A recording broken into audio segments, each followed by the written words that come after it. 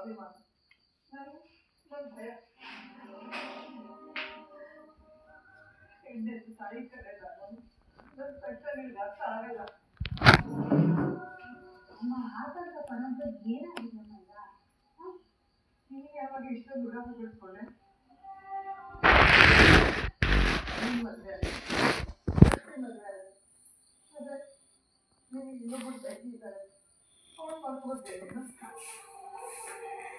ನಿಮ್ಮ ಸಂಸಾರ ಈ ಥರ ಆಗಿದೆ ಅಂದರೆ ಅವಳಿಗೆ ಯಾವುದಾದ್ರೂ ಸಂಬಂಧ ಬರುತ್ತೇನೆ. ಅಮ್ಮ ನೀನು ಆ ಭಯ ಇಟ್ಕೋಬೇಡಮ್ಮ. ಒಬ್ಬ ತಂದೆ ಮದುವೆ ಮಾಡಿರೋ ನನಗೆ ಇನ್ನೊಬ್ಬ ತಂದೆ ಮದುವೆ ಮಾಡೋದು ಕಷ್ಟ ಏನಾಗಲ್ಲ.